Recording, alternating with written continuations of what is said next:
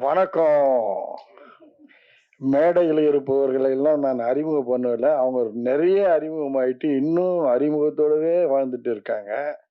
நெறைய வெற்றி படங்களை எடுப்பதற்கு ரொம்ப ஆர்வத்துடன் பார்த்துக் கொண்டு இருக்கிறார்கள், உங்களை பார்த்துக் கொண்டு.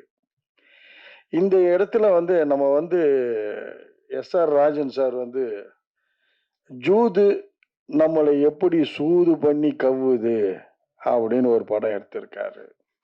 அந்த படத்துல நான் பெங்களூர்ல போய் ஒரு 2 நாள் ஷூட்டிங்ல இருந்தேன். ஆனா நல்ல டயலாக்லாம் அருமையா இயக்கி கொண்டு போயிருக்காரு. அதுக்கு எதிர்ல உள்ள கேரக்டர எப்படி நம்ம மயக்கணும், அதன் பிறகு மனோபாலா சார்கிட்ட எப்படி டயலாக் டெலிவரி பண்ணி பேசணும், எல்லாம் ஒண்ணு விடாத கவனிச்சு அருமையா இயக்கியிருக்காரு.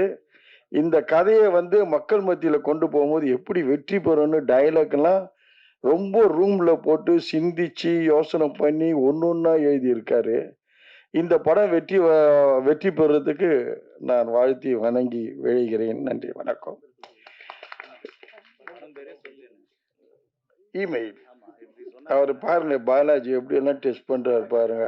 அங்க வெளியில இயற்கை சீற்றம் காத்துட்டு இருக்குது.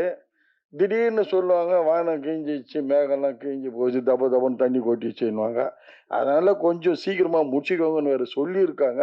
அப்படி இருந்தும் பாலாஜி மீண்டும் வளர்த்துட்டு இருக்கிறார். நன்றி, வணக்கம், விழைகிறேன்.